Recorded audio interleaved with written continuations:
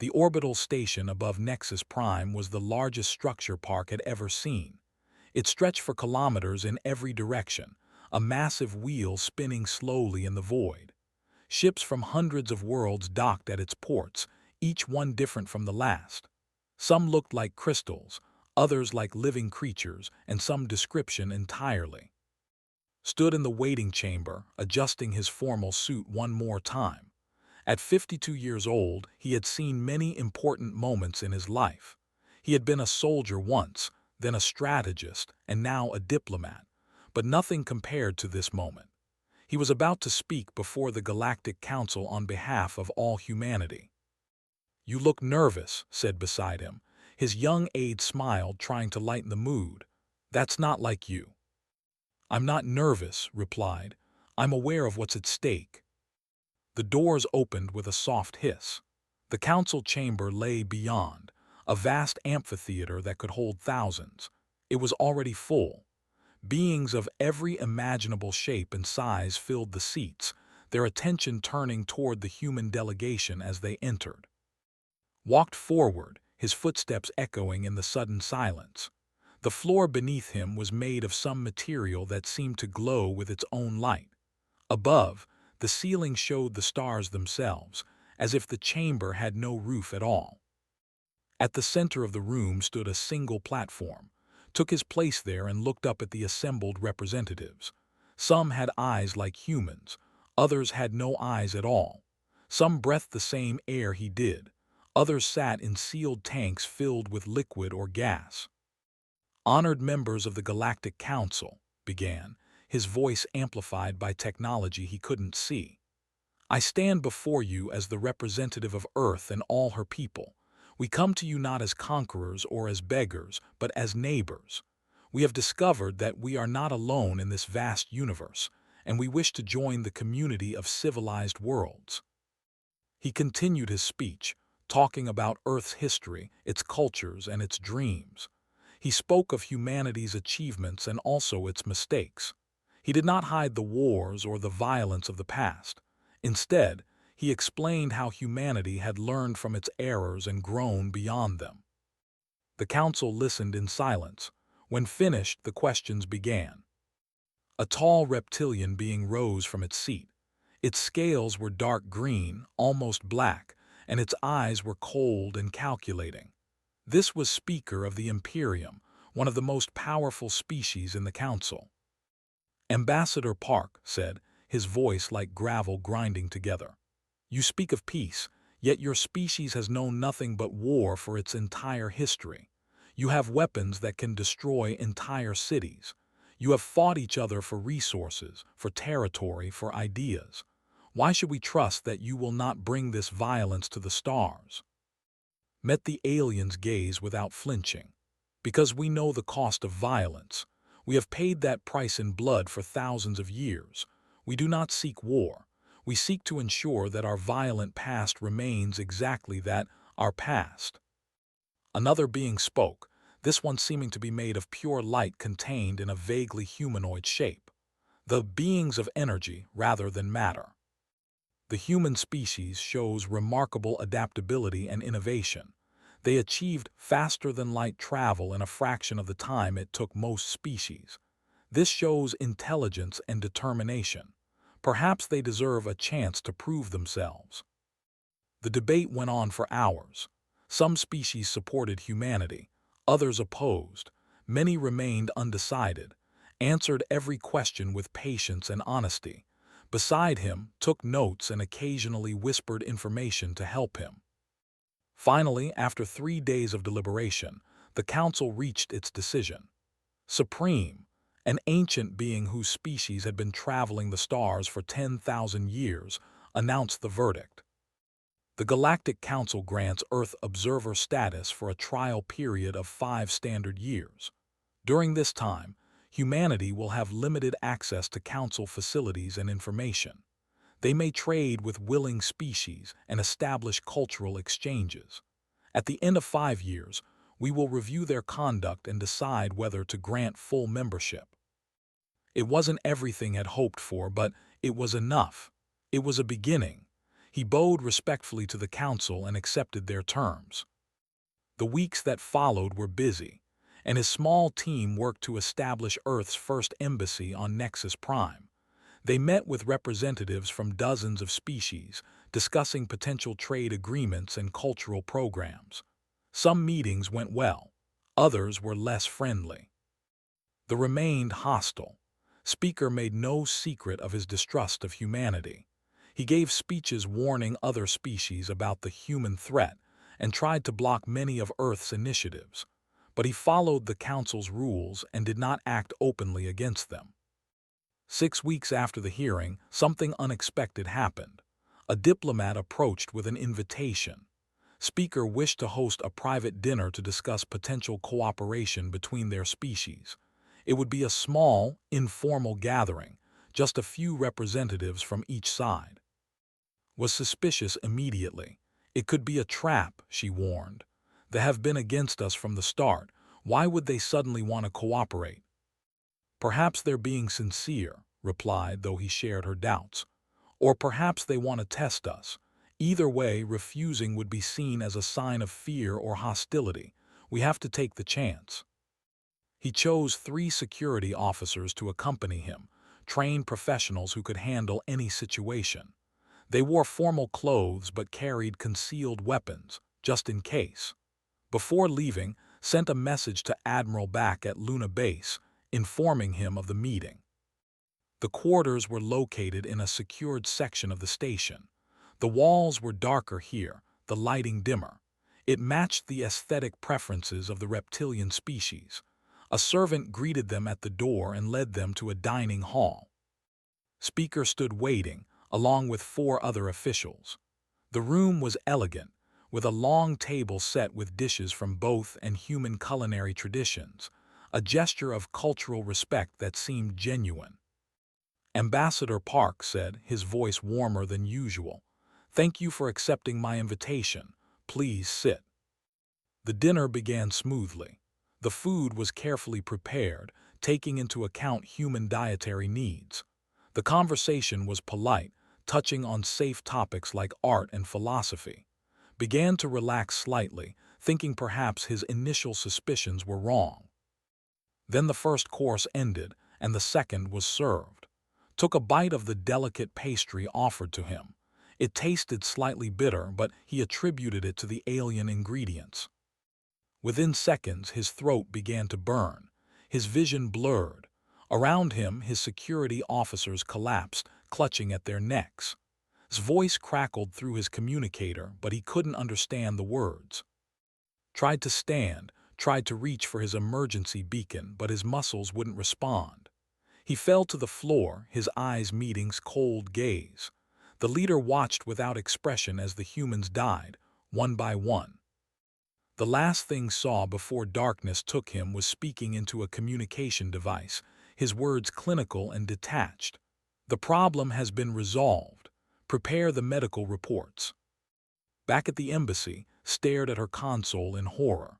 His vital signs had flatlined. All 4 humans at the dinner were dead. Her hands shook as she sent the emergency signal to Earth, knowing that everything had just changed forever. The news reached Earth within hours. Ambassador Park and 3 security officers were dead on Nexus Prime. The official statement claimed it was a tragic accident, a case of biological incompatibility with the food served at the dinner. They expressed their deepest regrets. Earth did not believe them for a second. President Nam called an emergency session of the unified government. Military leaders, intelligence directors, and diplomatic advisors gathered in the Situation Room deep beneath the Capitol. The mood was dark and angry. "This was murder," Admiral said flatly. "Was too careful to eat something that hadn't been scanned. Our people checked everything before the dinner." "We need proof," Director Myra replied. She ran Earth's Strategic Defense Initiative and knew that accusations without evidence would be dismissed. "We need to investigate this properly."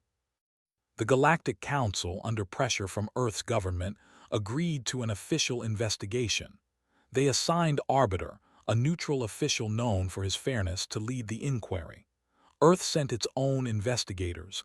Lee and was a former covert operative, a man who had spent 20 years uncovering secrets that others wanted to stay hidden.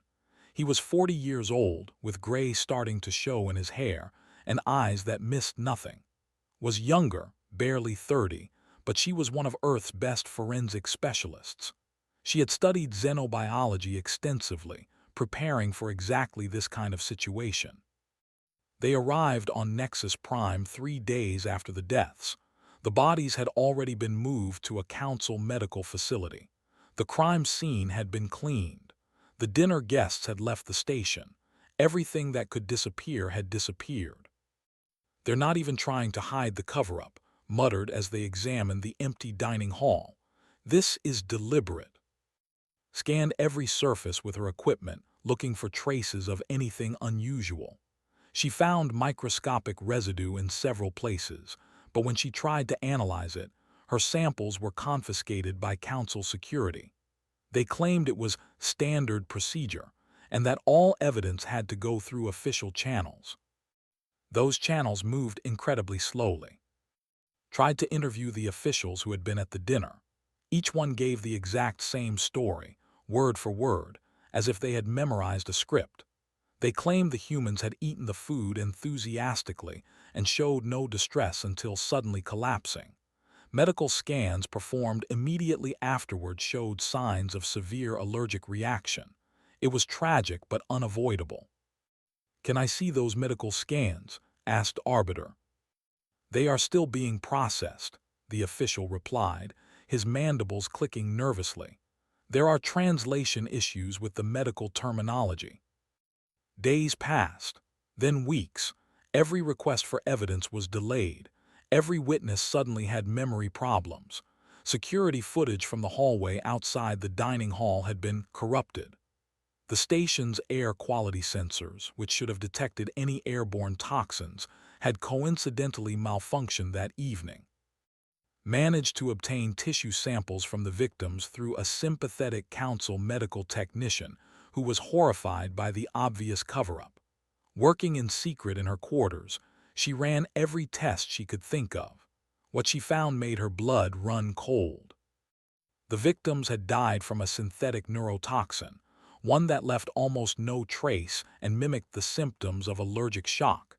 It was sophisticated, expensive, and could only have been deliberately administered. More importantly, the toxin was known to be manufactured exclusively by the military for use in assassinations. "This is murder," told, showing him the data. "Premeditated professional murder." They brought their findings to Arbiter. The official examined the evidence carefully, his face unreadable. Then he set the data pad down and spoke words that chilled them both. "These samples are contaminated. Human forensic procedures are not compatible with council standards. I cannot accept this as evidence." "Contaminated?" His voice rose in anger. "I followed every protocol perfectly.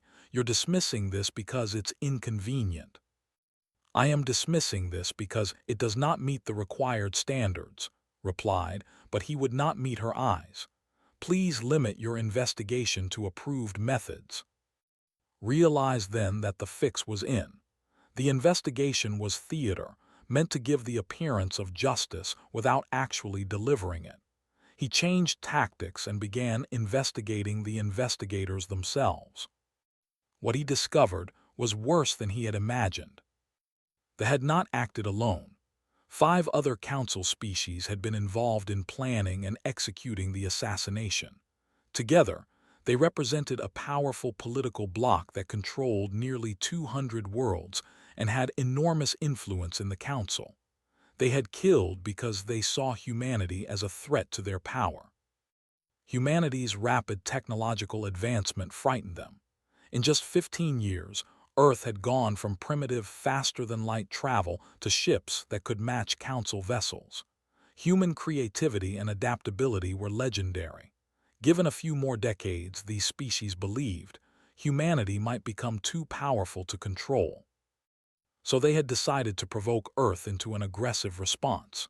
If humans attacked in revenge, the Council would declare humanity a hostile species and ban them from galactic civilization forever.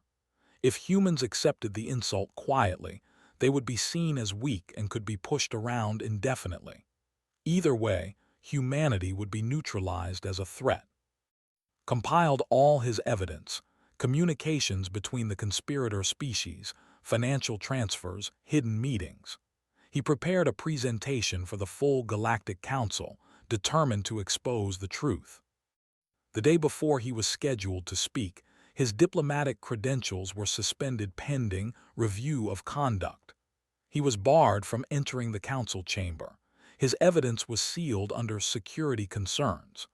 Arbiter apologized but claimed his hands were tied by regulations. Back on Earth, the public was growing restless. News of the cover-up had leaked despite the government's attempts to control the narrative. Protests erupted outside government buildings.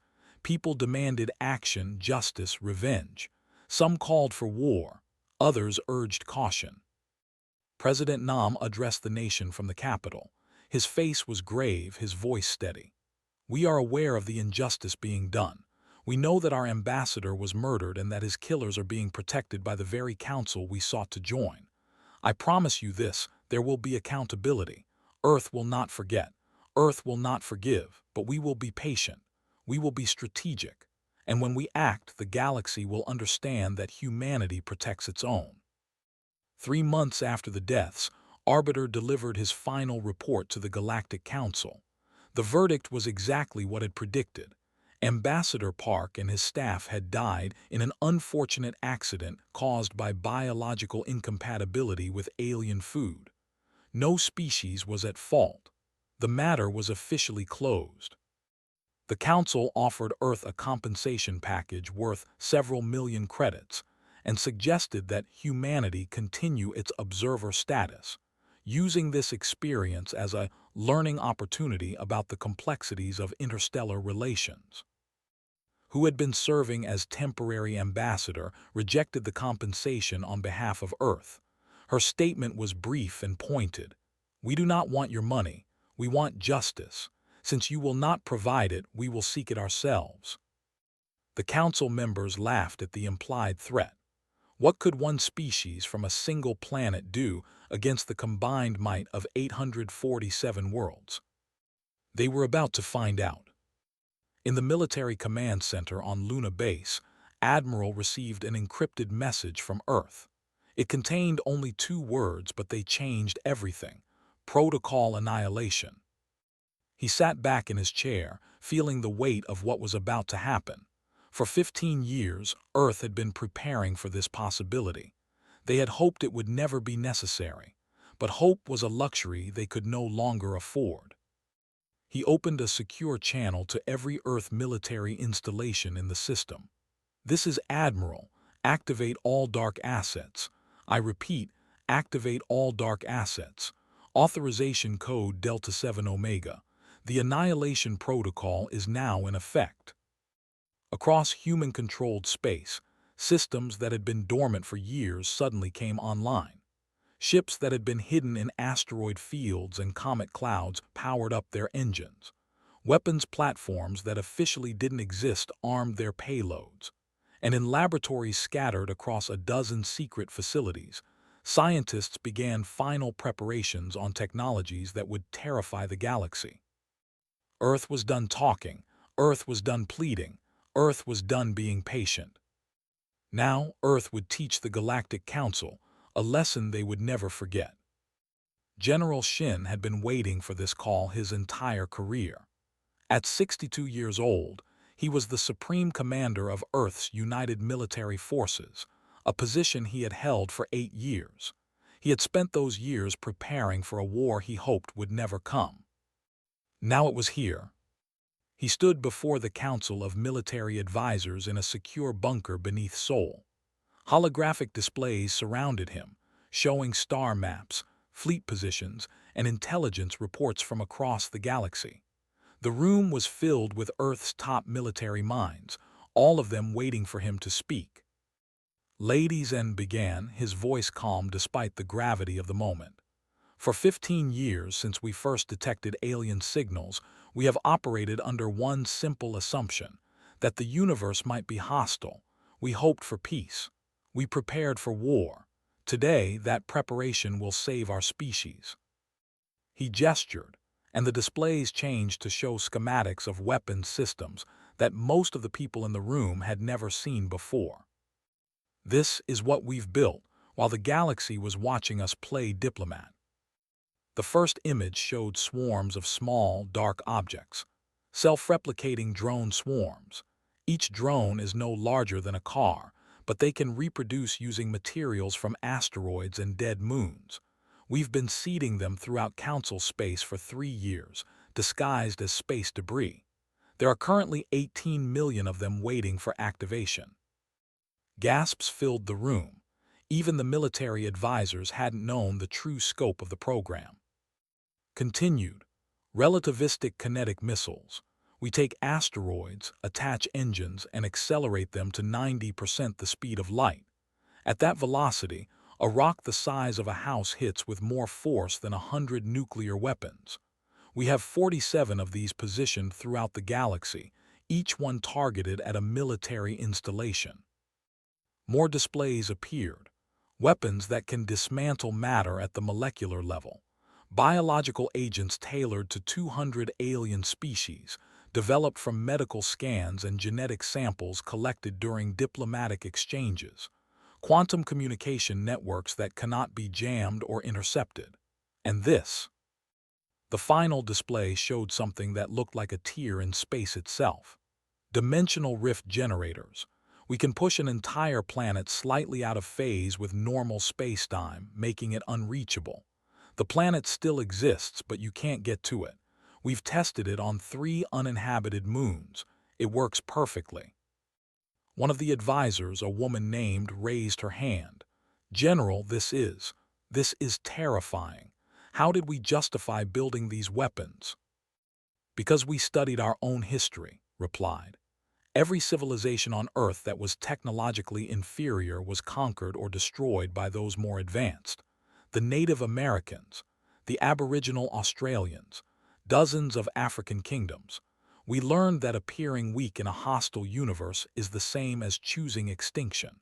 So we armed ourselves to the teeth and prayed we would never need to use these weapons. And now we need them," Admiral said from his position at the table. "Now we need them," confirmed. President Nam entered the room, his presence commanding immediate attention. "General Shin, you have operational command. Director, your intelligence teams will support all operations. Admiral, prepare the fleets. We have 30 days to give the Council a chance to do the right thing. If they refuse, we show them why humanity survived 10,000 years of warfare on a death world." The first phase began immediately. Stealth ships, invisible to Council sensors, deployed throughout the territories of the 6 conspirator species. They mapped every military base, every fleet position, every weapons platform. They identified population centers so Earth could avoid them. They found the hidden bunkers where the leaders hid during wartime. Earth's spy network, built carefully over 15 years of diplomatic contact, activated. Agents who had been living quiet lives on Council worlds suddenly became active. They sabotaged communication hubs. They spread false information about troop movements. They created confusion and paranoia among the conspirator species. Dr. Song, the lead scientist of humanity's classified weapons division, worked around the clock to finalize targeting solutions. She was 45 years old, brilliant, and completely dedicated to her work. Her team had run millions of simulations, predicting how the Council species would respond to different attacks. "We can win this," she told during one of their planning sessions. "But only if we're willing to be absolutely ruthless in the beginning. We need to hit them so hard, so fast, that they can't organize a response." "Civilian casualties?" asked. "Minimal if we're careful," replied. "We're targeting military assets exclusively in the first wave, but there will be some collateral damage. There always is in war." Nodded grimly. He had made peace with what was coming, better their soldiers than our civilians. While Earth prepared, the galaxy remained mostly unaware. The Council went about its business as usual. Trade continued. Diplomatic meetings were held. The conspirator species congratulated themselves on successfully neutralizing the human threat. Then came Earth's ultimatum. The message was broadcast on every council frequency simultaneously. It played on every screen in every embassy, every government building, every military vessel. It was impossible to ignore or suppress. President Nam's face appeared, his expression cold and determined. Behind him stood General, Admiral, and Director Myra. The message was clear even before he spoke. Earth's entire leadership was united. Citizens of the Galactic Council, Nam began. 3 months ago, Ambassador Park was murdered by agents of the Imperium, with the support and cooperation of 5 other Council species. The investigation into his death was a mockery of justice, designed to protect the guilty and silence the truth. We have tolerated this insult long enough. The display behind him changed to show detailed intelligence reports, communications between the conspirator species, financial records, even video of the planning meetings where assassination had been approved. We know what you did, we know who ordered it, we know why, and we are here to tell you that there will be consequences. The image changed again, this time showing a mining facility on a remote asteroid. The facility was massive, with hundreds of workers and dozens of ships docked at its ports. This is the mining station Delta 7. It processes rare metals used in military ship construction. As of 10 seconds ago, it no longer exists. The video showed the facility simply vanishing. One moment it was there, solid and real. The next moment there was only empty space. No explosion, no debris, just gone, erased as if it had never existed. The council members watching the broadcast felt fear for the first time in their long lives. How had Earth done that? What weapon could simply delete a structure from reality? We have infiltrated your systems, Nam continued. We have mapped your fleets. We know where your leaders sleep at night. We have placed weapons throughout your territories that you cannot detect or defend against, and we are prepared to use them. The message was clear, but Nam spelled it out anyway. You have 30 Earth days to comply with our demands. 1. The 6 species responsible for Ambassador Park's assassination will submit their leaders to a formal tribunal. 2. Those leaders will face trial for murder. 3. The guilty will be punished according to council law. 4. Formal apologies and reparations will be made. He paused, letting the words sink in. Refuse these terms, and you will discover why humanity survived 10,000 years of warfare. You will learn what it means to fight a species that has spent its entire existence perfecting the art of killing. You will understand, too late, that you should have accepted our hand when we offered it in friendship. The broadcast ended with a final image, the memorial statue of Park that had been erected on Earth, showing him with his hand extended in greeting. The inscription beneath read, "He offered peace, you answered with murder." The reaction was immediate and varied. Some council species, those who had not been involved in the conspiracy, called for an emergency session. They urged the guilty parties to comply with Earth's demands. Why risk war over something that was clearly wrong? But the conspirator species, led by the refused speaker, gave his own broadcast mocking Earth's threats. Humanity controls one planet, he announced, his reptilian features twisted in contempt. We control 73 worlds. They have 200 ships. We have 10,000. They threaten us with secret weapons and invisible fleets.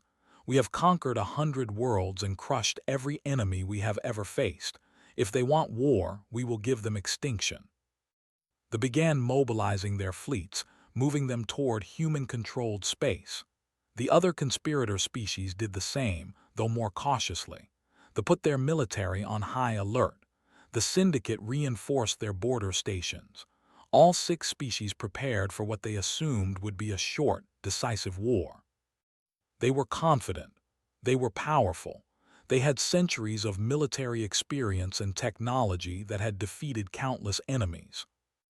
What they didn't understand was that humanity had spent those same centuries fighting themselves, developing new and more efficient ways to kill. Every war, every conflict, every bloody chapter of human history had taught them lessons. And now, they were going to apply those lessons on a galactic scale. In his command center on Luna Base, Admiral watched the enemy fleets gathering. He felt no satisfaction, no excitement, only a grim determination to see this through. "All ships report ready," his operations officer informed him. "All drone swarms are armed and awaiting orders," another officer added. "Kinetic missiles are on track and will reach their targets in 72 hours. Nodded slowly. 27 days remained of Earth's ultimatum, 27 days for the Council to do the right thing. He didn't think they would take it. They were too proud, too confident in their superiority. That would be their mistake. "Maintain battle readiness," he ordered, "and may God forgive us for what we're about to do." The Galactic Council fell into chaos after Earth's ultimatum. For the first time in centuries, member species were openly arguing in the council chamber. Some demanded that the conspirator species comply with human demands. Others called Earth's threats terrorism and urged a united military response. Supreme tried to maintain order, but even his ancient authority could not calm the storm. The Council had never faced a situation like this. A single species from one planet was threatening 6 of their most powerful members and had somehow demonstrated capabilities that shouldn't have been possible. The fact that a human facility had simply vanished terrified everyone. Council scientists studied the footage endlessly, trying to understand what weapon could do such a thing. They found no answers. The mining station had been there, and then it wasn't. No energy signature, no residue, just empty space where millions of tons of metal and rock had been. "This must be a trick," insisted representative of the some kind of visual manipulation. "Humans are clever, but they are not gods. They cannot simply delete matter from existence." But deep down, even felt uncertain. The humans had clearly been planning this for years. What else might they have hidden? The conspirator species held private meetings, trying to decide how to respond. They wanted to negotiate, arguing that perhaps they had underestimated humanity. The syndicate tried to shift blame entirely to the, claiming they had been misled about the plan. The other 3 species argued among themselves, each trying to save their own positions. Only the remained defiant, convinced the other leaders that backing down would make them look weak. If they showed fear of humanity, other species might challenge their authority. Better to crush this rebellion quickly and restore order. "We must teach them a lesson," argued. "They think they can threaten us. We will show them the cost of such arrogance." The fleet, hastily repaired after the mysterious technical failures that had disabled them earlier, moved toward human space. 300 warships, each one larger and more powerful than any human vessel. It was overkill, but wanted to send a clear message. Meanwhile, neutral council species tried to mediate. The collective sent a delegation to both Earth and the, begging for peaceful resolution. They were turned away on both sides. Other species proposed compromises, perhaps a partial tribunal or financial reparations instead of criminal trials. Earth rejected every compromise. President Nam was clear: full justice or nothing. The guilty would face trial or the galaxy would burn. Commander led a special operations team on a mission that would change everything. She was 38 years old, a veteran of Earth's elite forces, and utterly fearless. Her team had trained for years for deep space insertions into hostile territory. Using quantum tunneling technology that Earth had secretly developed, they infiltrated Prime itself. The capital world was supposed to be impregnable, surrounded by defensive satellites and patrolling fleets. But the technology allowed them to bypass all of it, appearing inside the planet's most secure government facility. They spent 6 hours inside enemy territory, copying data from military computers and intelligence archives. They found communications proving the entire conspiracy, including orders signed by himself authorizing assassination. They also found something else: plans for future operations against humanity, including biological warfare and targeted strikes against Earth itself. Before leaving, they planted a virus in the military network. It was a sophisticated AI program designed by Dr. Song, capable of adapting to any security system. It spread silently through every ship, every base, every weapons platform in the military. His team extracted successfully, and they never knew they had been there. Until the virus activated. The fleet moving toward human territory suddenly went dark. 300 warships lost all primary systems simultaneously. Navigation failed. Weapons wouldn't respond. Life support continued working. Earth didn't want unnecessary deaths, but the mighty fleet was now helpless, drifting in space like ancient sailing ships becalmed at sea. At the same moment, 3 colony worlds experienced massive system failures. Orbital stations fell from the sky, though automated systems guided them to unpopulated areas. Planetary defense shields collapsed. Communication networks went silent. Power grids flickered and died. No one was killed, but millions of citizens found themselves plunged into darkness and chaos. Emergency services were overwhelmed. Panic spread through the population. The mighty Imperium, which had conquered 100 worlds, was suddenly helpless against an enemy they couldn't even see. Earth's message updated automatically across all council frequencies. That was a warning. 26 days remain. The other conspirator species watched in horror. If Earth could do this to what could they do to anyone? Several of them began secret communications with human diplomats, trying to find a way to settle the matter quietly. But Speaker, furious and humiliated, made the worst decision of his life. If they want to play with weapons we cannot see, then we will strike a target they care about, he told his advisors. We will show them that they too can lose what they value. They had one fleet that had been far from the main military network when the virus spread, a reserve force of 30 ships stationed near the frontier, ordered them to attack New Sol, humanity's first exoplanet colony. It was a civilian settlement with 70,000 people, mostly families of scientists and terraforming specialists. The fleet arrived at New Sol and began orbital bombardment. Energy weapons rained down on the colony's settlements. Shields held for the first hour, but they were never designed to withstand military-grade assault. When they failed, the city below began to burn. For 6 hours the attack continued. Evacuation shelters saved some people, but the death toll climbed rapidly. By the time the fleet, 12,000 civilians were dead. Another 30,000 were injured. The colony's infrastructure was destroyed. Earth watched in real time through observation satellites. Every death was recorded, every burning building, every child crying for parents who would never answer. In the military command center, Admiral stood frozen, watching the feeds. He had known war. He had seen death. But this was different. These were civilians, murdered deliberately to make a point. "Sir," his operations officer said quietly, "we're receiving authorization codes from Earth." Looked at his screen. The message was brief, just 4 words from President Nam: execute Annihilation Protocol, total. Total, not limited strikes, not proportional response, total war. Closed his eyes for a moment, thinking of those 12,000 dead civilians. Thinking of Park, murdered at a dinner table. Thinking of every insult and every dismissal humanity had endured from these arrogant species who thought themselves superior. He opened his eyes and gave the order. "All units, this is Admiral. You are authorized to engage with full force. All targets are active. All weapons are free.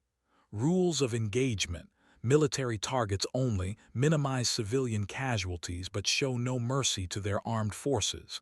They wanted to know what happens when you hurt humanity. Let's teach them. Across human-controlled space, systems came fully online. The drone swarms activated. The kinetic missiles adjusted their final trajectories. Weapons were released. Biological agents were deployed. And the dimensional rift generators powered up for their most ambitious operation yet. General gave one final briefing to his commanders. The objective is not conquest. It is not revenge. It is justice and deterrence. We will break their ability to wage war. We will cripple their military forces. And we will make it clear to the entire galaxy that humanity is not weak, not helpless, and not afraid. He paused, his voice hardening. But we will not become monsters. We will not target civilians. We will not commit genocide. We are going to show them the difference between human warfare and human barbarism. We are capable of both, but we choose to be better than they deserve. The countdown began. 72 hours until Earth's fury reached the conspirator species. 72 hours that would reshape the political structure of the galaxy. 72 hours that would teach the Galactic Council a lesson they would never forget.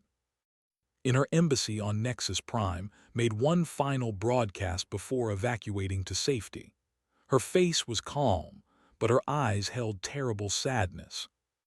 Ambassador Park sought peace, she said to the cameras. He believed that different species could coexist through understanding and cooperation. You killed him for that belief.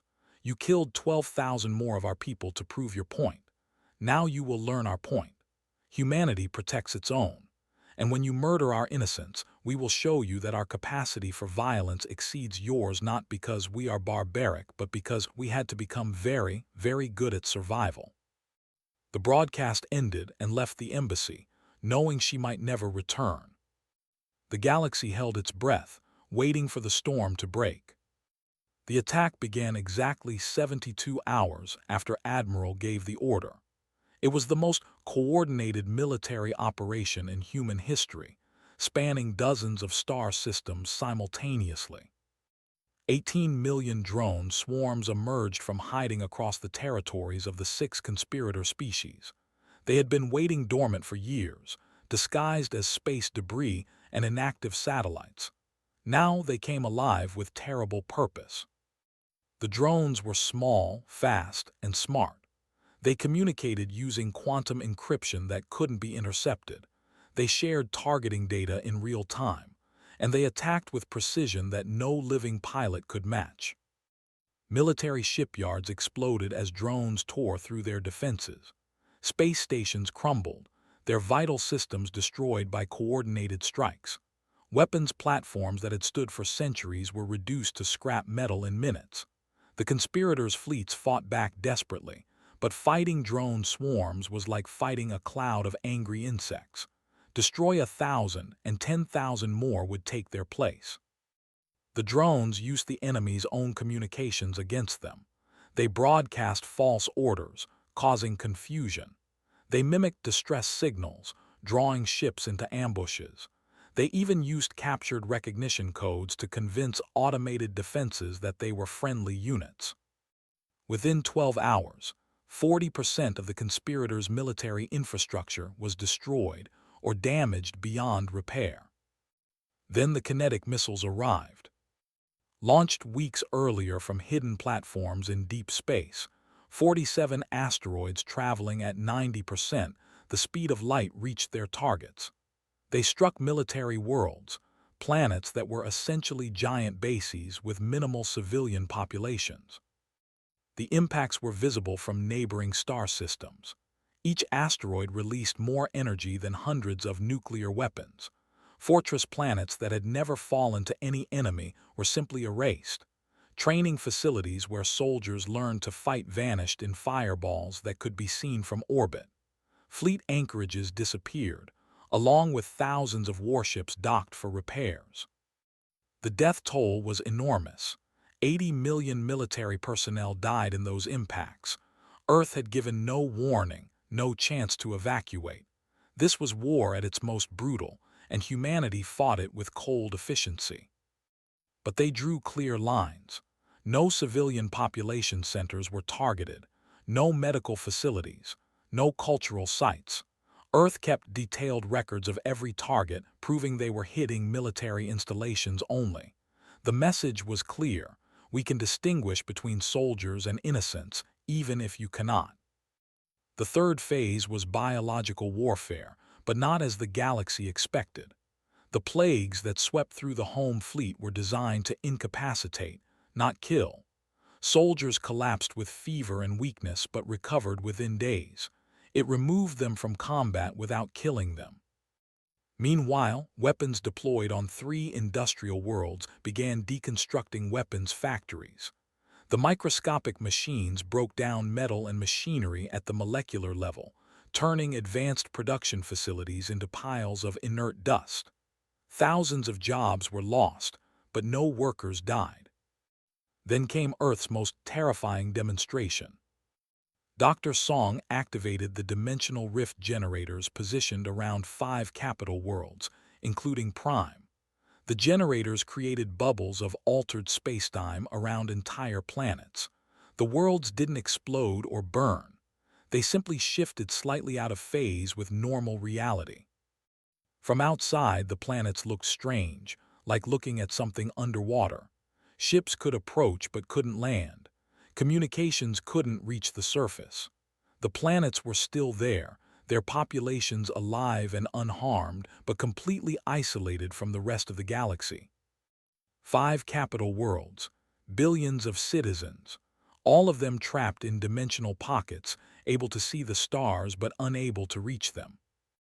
Earth's broadcast explained, "These worlds are not destroyed.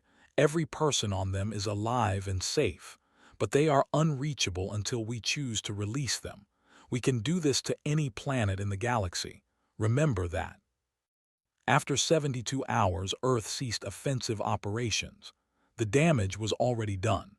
The 6 conspirator species had lost 40% of their military forces, 8 fortress worlds, 23 industrial centers, and 5 capital worlds isolated in dimensional pockets. Their economies were collapsing. Their governments were in chaos. Their people were terrified.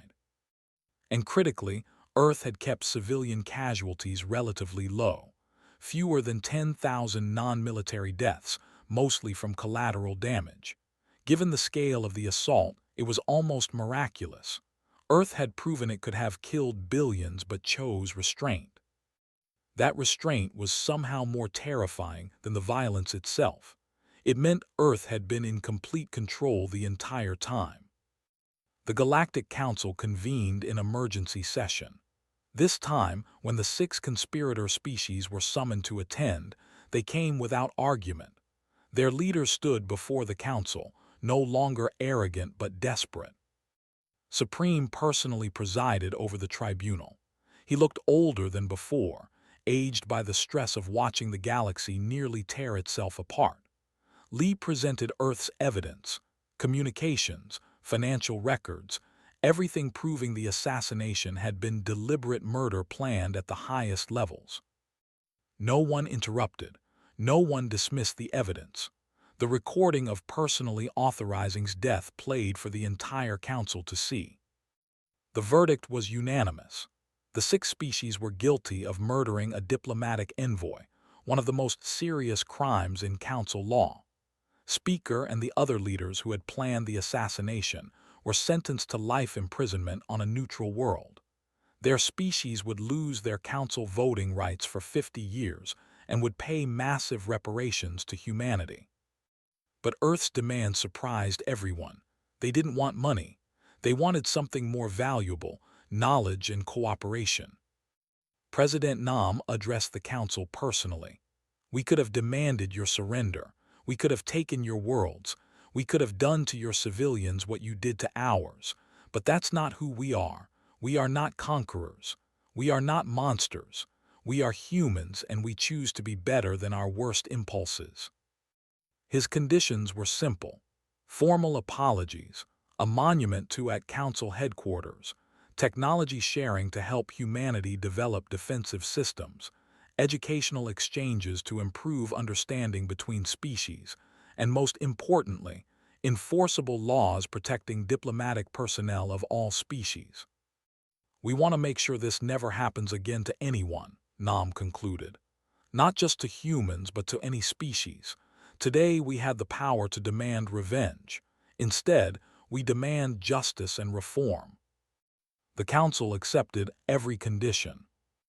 6 months later stood before the completed monument at the council chamber entrance.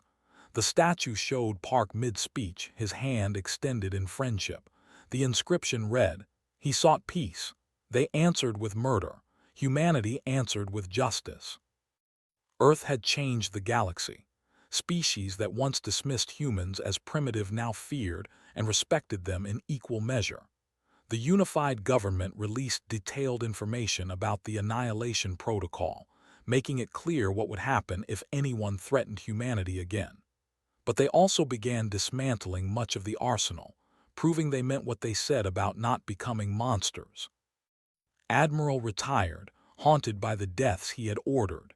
He visited the families of the new soul victims, offering what comfort he could.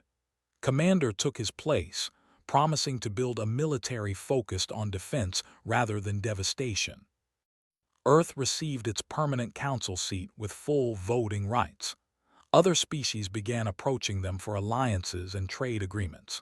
Slowly, carefully, humanity built genuine friendships based on mutual respect rather than fear. The collective became Earth's first true ally, impressed by humanity's restraint despite overwhelming power. Other species followed. Within a year, Earth had defense pacts with 20 council species and trade agreements with 40 more. The 6 conspirator species began their long recovery. Their civilizations were diminished but surviving. In prison, was interviewed by a reporter. Asked if he regretted his actions, he gave an honest answer. "I underestimated them. We all did. We thought humanity was weak because they sought peace. We forgot that choosing peace is only meaningful when you're strong enough to choose war instead." On Earth, in a cemetery in Seoul, Myra visited its grave. She placed flowers and spoke quietly to the stone. "We gave them justice. We showed them that humanity protects its own. But more importantly, we showed them we can be better than our worst impulses. I hope that's what you would have wanted." She walked away as the sun set, leaving the flowers to honor a man who had sought peace and died for that dream, but whose death had ultimately forced the galaxy to accept humanity as equals. The galaxy had learned its lesson. Humanity was not to be trifled with. They could be friends or enemies, partners or nightmares. The choice was yours. But if you chose violence against them, they would answer with precision and power that would make you wish you had chosen differently. They would show mercy when they could, but never mistake mercy for weakness. Earth had proven what humans had always known about themselves, that they were capable of terrible violence, but they were also capable of rising above it. They were not humanity in spite of their history. They were humanity because of it, shaped by thousands of years of conflict into a species that understood the true cost of war and therefore valued peace. The Annihilation Protocol remained classified, its weapons ready but unused. Earth hoped they would stay that way. But if they were needed again, if anyone threatened humanity's people or friends, the galaxy now knew exactly what would happen. And that knowledge kept the peace better than any treaty ever could.